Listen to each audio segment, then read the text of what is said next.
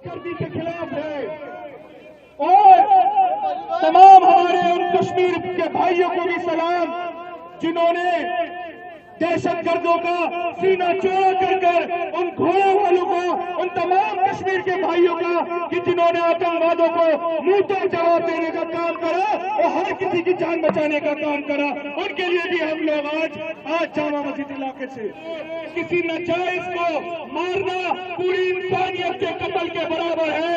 और हिंदुस्तान का एक एक नागरिक, पुरानी दिल्ली का एक एक नागरिक, 140 करोड़ देशवासी, हिंदू हो मुसलमान हो, सिख हो ईसाई हो, गरीब हो अमीर हो या इस मुल्क का 30 करोड़ मुसलमान आतंकवाद को हिंदुस्तान के अंदर किसी भी हाल में पनपने नहीं देगा। ये आपस में इंतशार पैदा कराना चाहते हैं, भाई को भाई से लड़वाना चाहते हैं। इस मुल्क में आज से 75 साल पहले हिंदू और मुसलमान ने इस मुल्क की आजादी के लिए लड़ाई लड़ी थी, मगर आज इस शौक से कहा जाता है अब ये लड़ाई हिंदू और मुसलमान, सिख और ईसाई आतंकवाद के खिलाफ सीना चौड़ा करके इस लड़ाई को लड़ेगा। मैं तो पहले तो मुल्क की सलामती के लिए आज मैंने दुआ मांगी जामा मस्जिद में, तो अल्लाह इसको भी कबूल करे और हमारे तमाम जितने भी मुसलमान इस मस्जिद में शामिल हुए हैं उनकी भी अल्लाह दुआ को कबूल करे। और जो अभी हाल ही फ़िलहाल में पहलगाम में जो हुआ, मैं उसकी कड़ी निंदा करता हूं।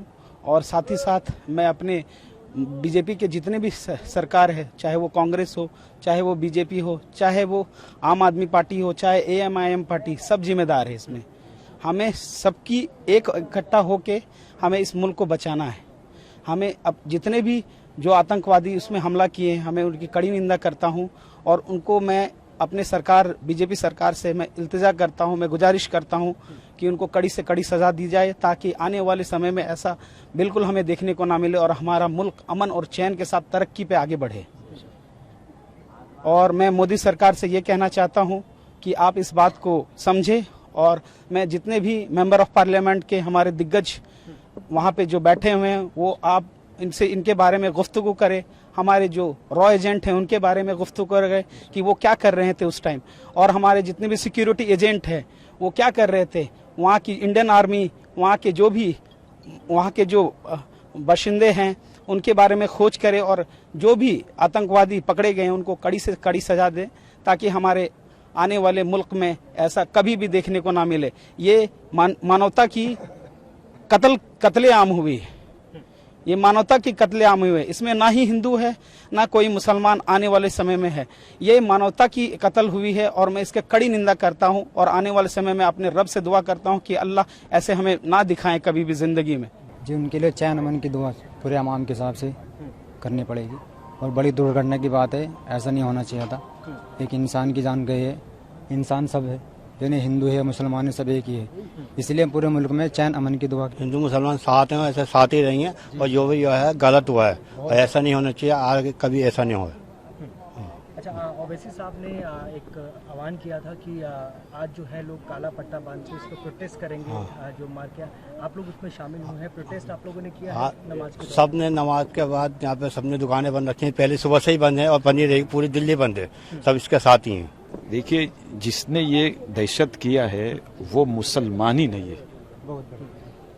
और जो आदिल है ना, क्या नाम बोले, आदिल का फुल नेम क्या है? आदिल के नाम से जाने रहे हो, घोड़ी की घुड़सवार में जो प्रोटेक्ट किया ना, वो असल मुसलमान है।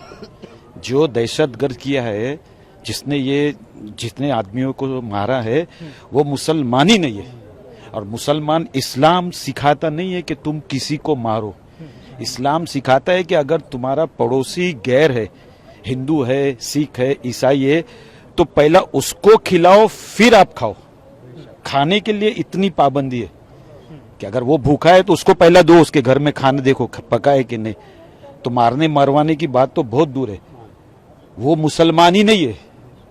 और आदिल है ना, वो मुसलमान है असल, कि जिसने अपनी जान पे खेल के भाई लोग को प्रोटेक्ट किया, बचाया। गर्मियों की छुट्टी होने वाली थी, मेरे पापा आने वाले थे, तो हम लोग सभी खुश थे। तो मैं बेड पे चढ़ के डांस कर रहा था, लेकिन वो पहले ही आ गए फ्रीज। तो मैं उस समय तो कंटिन्यू नहीं कर सकता था, तो फ्रीज फ्रेम टाइप का हो कसम गया। पैदा कर